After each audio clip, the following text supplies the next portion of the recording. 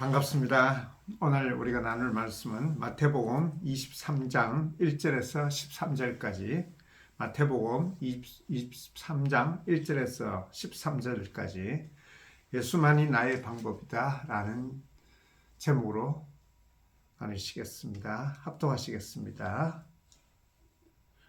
이에 예수께서 무리와 제자들에게 말씀하여 이르시되 서기관들과 바리새인들이 모세의 자리에 앉았으니 그러므로 무엇이든지 그들이 말하는 바는 행하고 지키되 그들이 하는 행위는 본받지 말라.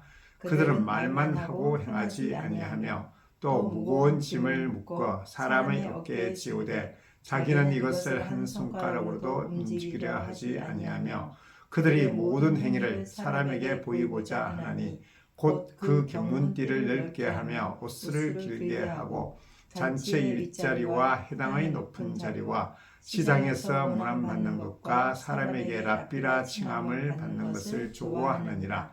그러나 너희는 랍비라 칭함을 받지 말라. 너희 선생은 하나요 너희는 다 형제니라. 땅에 있는 자를 아버지라 하지 말라. 너희의 아버지는 한 분이시니 곧 하늘에 계신 이시니라. 또한 지도자라 칭함을 받지 말라. 너희의 지도자는 한 분이시니 곧 그리스도시니라.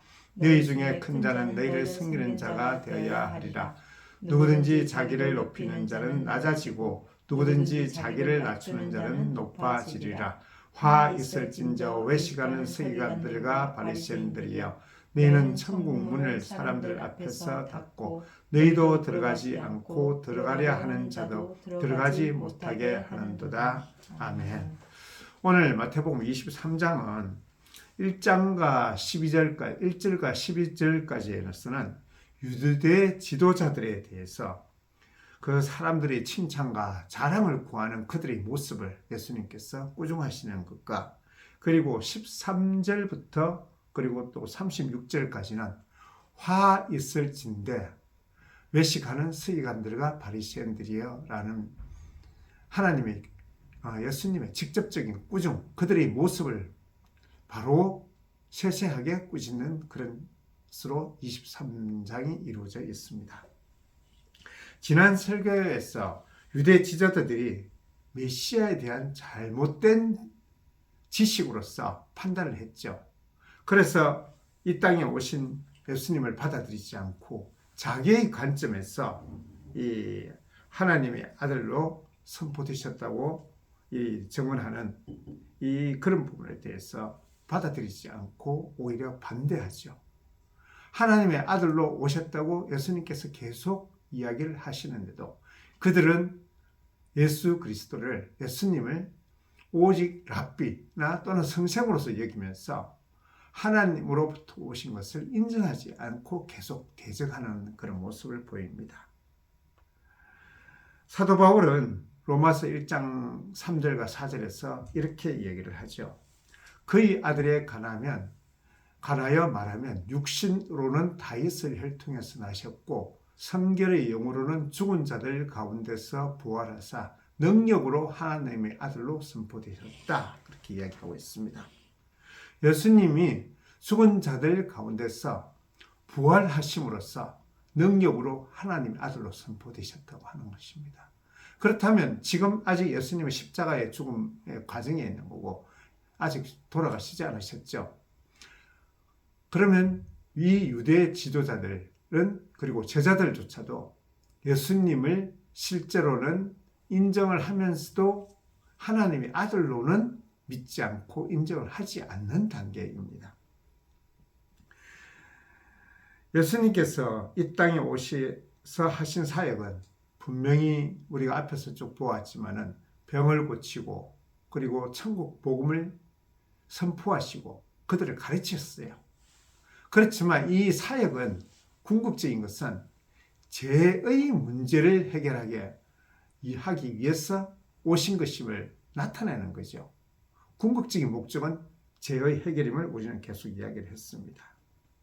죄로 말미암아 사망으로 갈 수밖에 없는 우리의 현 주소를 이제는 생명, 영원한 생명을 누리는 자로서 옮기는 그 이야기를 하고 계시는 것이죠. 21장에서 예수님은 나귀를 타고 겸손한 메시아로서 왕의 모습으로서 예루살렘에 입성합니다. 그런데 공생애 내내 그랬듯이 오늘 본문에서도 보시면 이 예수님을 반대하는 이 종교 지도자들, 유대의 종교 지도자들을 이렇게 그들의 완악함을 지적하시고 꾸짖으시죠. 오늘 본문의 청조원 1절에서 보시면 이에 예수께서 무리와 제자들에게 말씀하여 이르시되, 서기관들과 바리새인들이 잘못을 지적하시는데 그들에게 직접 이야기하지 않으시고 모인 무리와 제자들에게 말씀하여 이르시는 것을 우리는 보고 있습니다. 이것은 그들이 따르는 종교 지도자들이 따르는 그 모습들, 신앙의 잘못된 모습들을 예수님께서 제자들에게 가르치고 있는 것이라는 것을 우리는 알 수 있습니다. 예수님은 종교 지도자들이 말만 하고 행하지 않는다는 것을 지적하시는 것이 아닙니다. 종교 지도자들은 분명히 그들이 율법을 선포하고 지키려고 하고 있는데 제대로 지키지 못하는 거죠. 왜냐하면 자기네들이 선포하는 율법을 잘못 이해하고 있기 때문인 것입니다. 예수님은 이것을 지금 본질에서 벗어나는 그들의 모습을 지적하고 계시는 거죠. 자기의 의를 드러내고 사람들에게 인정을 받고 영광을 받는 그런 모습들, 율법을 지키고 있다면서 본질에서 벗어난 것을 지적하시는데 이것은 예수님께서 산상수훈에서부터 계속 지적하고 계십니다. 마태복음 7장 21절에서 26절까지 함께 합독하시겠습니다. 7장 21절부터 26절까지요. 나더러 주여 주여 하는 자마다 다 천국에 들어갈 것이 아니요 다만 하늘에 계신 내 아버지의 뜻대로 행하는 자라야 들어가리라. 그날에 많은 사람이 나더러 이르되 주여 주여 우리가 주의 이름으로 선지자 노릇하며 주의 이름으로 귀신을 쫓아내며 주의 이름으로 많은 권능을 행하지 아니하였나이까 하리니 그때 내가 그들에게 밝히 말하되 내가 너희를 도무지 알지 못하니 불법을 행하는 자들아 내게서 떠나가라 하리라. 그러므로 누구든지 나의 이 말을 듣고 행하는 자는 그 집을 반석에 지은 지혜로운 사람 같으리니 비가 내리고 창수가 나고 바람이 불어 그 집에 부딪히되 무너지지 아니하나니 이는 주추를 반석 위에 놓은 까닭이요 나의 이 말을 듣고 행하지 아니하는 자는 그 집을 모리 위에 지은 어리석은 사람 같으리니. 이들은 분명히 집을 지었어요. 행했다니까요. 그런데 잘못 행한 거예요. 예수님의 일하는 반석 위에 행한 것이 아니라 자기가 아는 대로 자기의 지식대로 행했기 때문에 지금 예수님은 이것을 고발하시고 지적하시는 것입니다. 서기관들이 얼마나 열심을 했는지 보면 이 주의 이름으로 선지자 노릇했고 주의 이름으로 귀신을 쫓아내고 주의 이름으로 많은 권능을 행했다고 이야기를 하고 있습니다. 그런데 예수님은 내가 너희를 도무지 알지 못하니 불법을 행하는 자들아 내게서 떠나가라 하리라. 그들은 열심을 행했지만은 결국은 불법을 행하고 있는 것이죠. 참 아이러니하죠. 이 서기관들, 바리새인들, 사두개인들, 곧 종교 지도자들의 열심을 가장 잘 대표하는 인물이 있죠. 바로 사도 바울입니다. 사도 바울에 의해서 갈라디아 1장 13절에서 14절에서 보면 한번 찾아볼까요? 갈라디아서 1장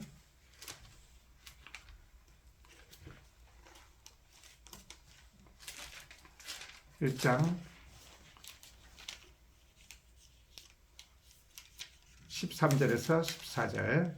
내가 이전에 유대교에 있을 때에 행한 일을 너희가 들었거니와 하나님의 교회를 심히 박해하여 멸하고 내가 내 동족 중 여러 영급자보다 유대교를 지나치게 믿어 내 조상의 전통에 대하여 더욱 열심히 있었으나 열심히 써가지고 하나님의 교회를 박해하고 멸하였대요.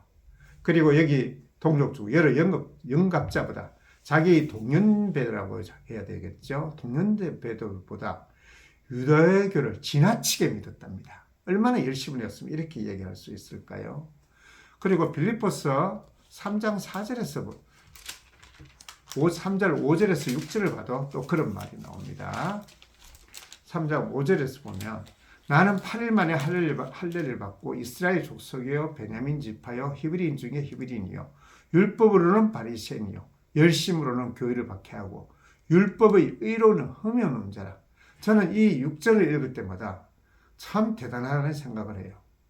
율법의 의로 스스로 흠이 없다고 이야기를 하고 있습니다. 얼마나 율법을 잘 지키셨을까요? 사도 바울이 예수님을 만나지 못했을 때의 이러한 모습이었습니다. 그런데 그 끝이 무엇입니까? 그 열심의 끝이 결국 나중에 동력자로 인정하는 이 스데반을 죽였고 그리고 예수님을 박해하였죠. 사도행전 22절 8절에서 보면 바울은 나면서부터 로마 시민이라고 이야기를 하고 있습니다. 그리고 당대의 유명한 문벌인 가말리엘 문화생이었죠. 태어나면서부터 금수저였고 그리고 수재였어요. 지금으로 이야기하면 서울대 법대 아마 수석이나 차석 정도 되었던 것 같습니다. 자, 그런 사도 바울이 하나님을 위한다고 법조문을 열심히 지키고 그리고 열심을 부렸는데 실제로는 메시아이신 예수 그리스도를 박해를 했던 거죠. 나는 너가 박해한 예수라. 사도행전 9장 5절의 말씀, 이 한마디 말씀에 사도 바울은 완전히 무너지게 되죠. 오늘 본문의 4절의 말씀을 보면 이들은 4절을 또 무거운 짐을 묶어 사람의 어깨에 지우되 자기는 이것을 한 손가락으로도 움직이려 하지 아니하고 그리고 모든 행위를 사람에게 보이고자 하나니 곧 그 경문띠를 넓게 하며 옷을 길게 하고 경문띠를 넓게 하며 옷을 길게 하고 있는 것입니다. 이것은 신명기 6장에서 의 계명을 지키는 것이죠. 한번 찾아보실까요? 신명기 6장 4절에서 9절까지 합독하시겠습니다. 이스라엘아 들으라. 우리 하나님 여호와는 오직 유일한 여호와이시니 너는 마음을 다하고 뜻을 다하고 힘을 다하여 내 하나님 여호와를 사랑하라. 오늘 내가 내게 명하는 이 말씀을 너는 마음에 새기고 내 자녀에게 부지런히 가르치며 집에 앉았을 때든지 길을 갈 때든지 누웠을 때든지 일어날 때든지 이 말씀을 강론할 것이며 또 너는 그것을 내 손목에 메어 기호로 삼으며 내 미간에 붙여 표로 삼고 또 내 집 문설주와 바깥문에 기록할지니라. 8절과 9절을 보면 너의 손목에 메어서 기호로 삼고 그리고 내 집 문설주와 바깥문에 기록할지니라. 이 당시의 유대인들은 이것을 그냥 그대로 행했습니다. 그 이 말씀 마음을 다하고 뜻을 다하고 힘을 다하여 내 하나님을 사랑하라 그러니까 그 글을 양피지에서 썼어요. 그리고 그것을 곽에 넣어가지고 이마에 붙이고 손목에 메고 그리고 집에 있는 문설주에다 붙이고 문에다 붙이고 그러면서 나는 이제 하나님의 말씀을 지켰다. 이 말씀을 지켰다라고 그들은 판단하고 그리고 스스로 자화자찬했습니다. 좀 우습지 않는가요? 이들은 문자 그대로 그것을 그대로 지키는 것이 맞다고 생각했는데 미련한 건가요? 아니면 순종적이라고 우리가 이야기해야 될까요? 이것은 오히려 미련한 것에 가깝습니다. 이 말씀의 의미는 하나님께 집중하고 하나님을 사랑하라는 말이었지 이 글을 양피지에 써서 이 머리에 붙이고 이마에 붙이고 팔에 메고 하는 이 행위를 이야기하는 것은 아닌 것은 우리가 지금 충분히 알고 있죠. 우리 속담에 설날에 걸음지고 장에 간다라는 말이 있죠. 평소에는 일을 안 하다가도 설날 같은 명절에 걸음통을 치고 일하는 것처럼 보이는 사람들을 빗대어 이르게 하는 말입니다. 그런데 그들이 꼭 걸음통만을 지고 가는 것을 이야기했을까요? 그렇지는 않죠. 다른 일들을 쉬어야 하는 날에 다른 일들을 하는 사람들을 빗대어서 이야기하는 것이죠. 이와 같이 이 사람들이 꼭 이 하나님을 사랑하라는 말을 이마에 붙이고 양피지에 써가지고 그것을 손목에 메고 다녀야 하는 것일까요? 그건 아니죠. 이 말씀이 뜻하는 바는 너의 하나님을 사랑하라, 전심을 다해서 사랑하라는 말씀에 있는 거죠. 종교 지도자들은 경문띠를 넓게 하고 옷을 길게 함으로써 하나님의 요구를 스스로 충족시켰다고 스스로 희희낙낙했죠. 지금 예수님께서 지적하시는 것은 너희가 스스로 하는 말을 올바르게 알지 못하고 이해하지 못하고 있다라는 것을 이야기하고 있는 것입니다. 오늘 본문에서 보시는 바와 같이 그들은 모세의 자리에서 앉아서 가르치는 교사의 자리에 역할을 하고 있습니다. 율법을 가르치고 있는데 그 율법의 본질과 목적은 제대로 가르치고 알지 못하고 오직 가르치는 것에 집중하면서 그리고 그것들이 결국 자기의 영광을 찾는 것이라는 자기의 의를 쌓는 것이라고 예수님은 지적하고 계시는 것이죠. 그러면 우리의 기독교 신앙의 본질은 무엇일까요? 우리가 지금 계속 마태복음을 쭉 해왔지만 무엇이라고 생각하십니까? 은혜입니다. 핵심은 바로 은혜입니다. 나의 가장 큰 문제인 죄의 문제를 우리 힘으로는 스스로 해결할 수 없기 때문에 우리 외적으로 외부의 도움을 받아서 해결할 수 있는 길, 오직 예수 그리스도만이 우리의 길이라는 것을 우리는 지금 계속 이야기하고 있는 것이죠. 기독교는 신자들의 구원과 복이 우리의 운명이나 노력이나 또는 우리의 자격이 아니라 외부로부터 오직 예수 그리스도로부터 오는 도움을 받아야만 이루어짐을 이야기하는 종교이죠. 여기서 기독교의 신앙의 핵심은 당연히 은혜로서 이야기를 할 수 있는 거죠. 그러면 그 끝은 감사가 되는 것입니다. 여기서 벗어나면 우리는 기독교의 본질을 따를 수도 없습니다. 결국은 자랑으로 갈 수밖에 없습니다. 은혜가 아니면 우리에게 주어진 이 선물, 신앙은 결국 자랑이 될 수밖에 없는 것이죠. 본질에서 벗어나는 것입니다. 은혜를 반대하고 자랑하게 된다는 것은 하나님의 우리에게 주신 구원이나 또는 우리에게 주신 은혜가 우리 안에서도 할 수 있다는 그 교만에서 오는 것이죠. 로마서 7장 15절에서 25절을 한번 살펴볼까요? 로마서 7장 15절에서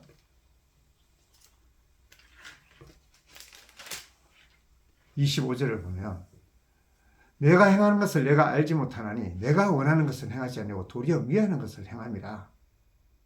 내가 원하지 않는 그것을 행하면 내가 이로써 율법이 선한 것을 신하느니 이제는 그것을 행하는 자가 내가 아니요 내 속에 거하는 죄니라고 이야기하고 있습니다.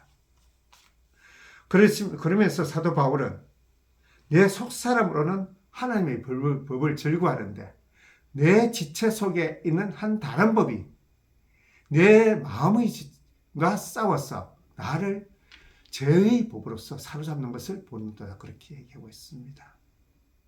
육신으로는 우리는 하나님의 법을 지킬 수도 없다는 것을 이야기를 하고 있는 거죠.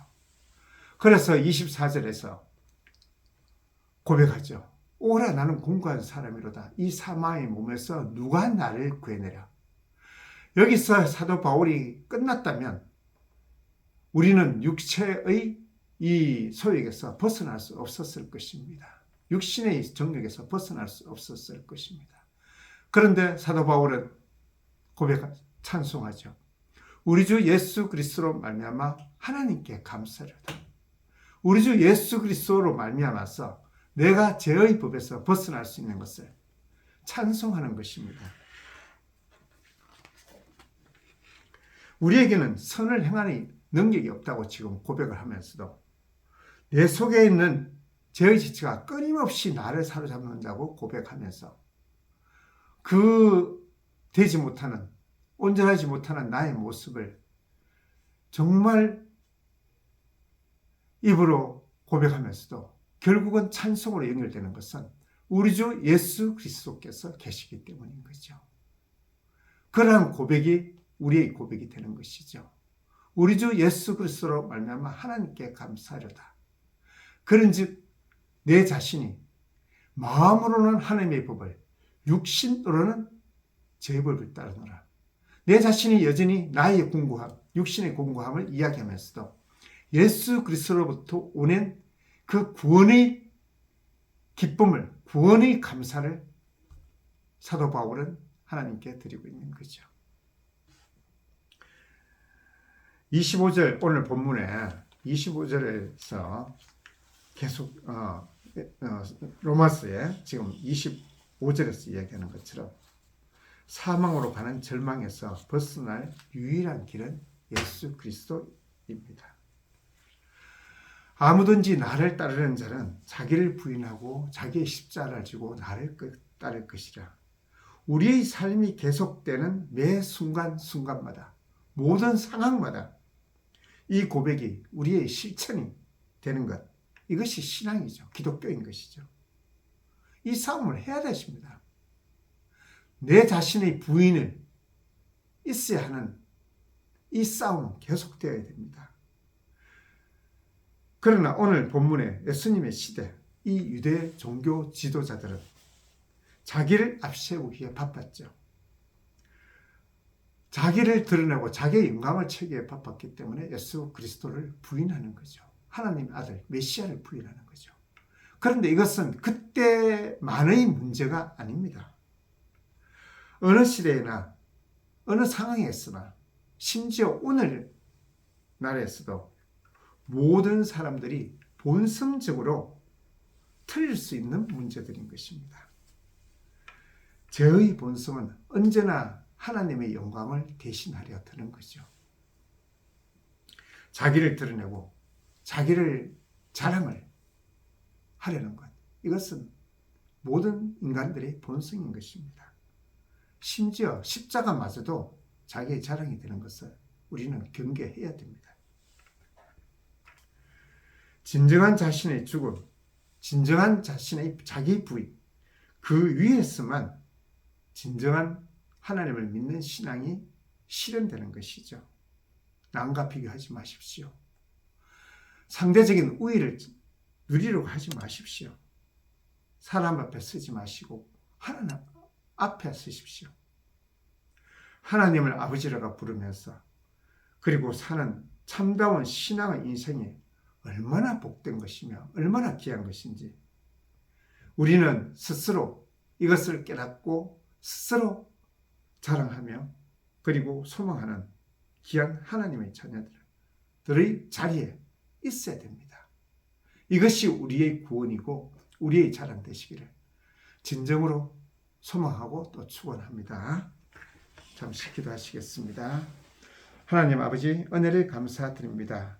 우리의 모든 삶과 가치가 주님께 달려 있습니다.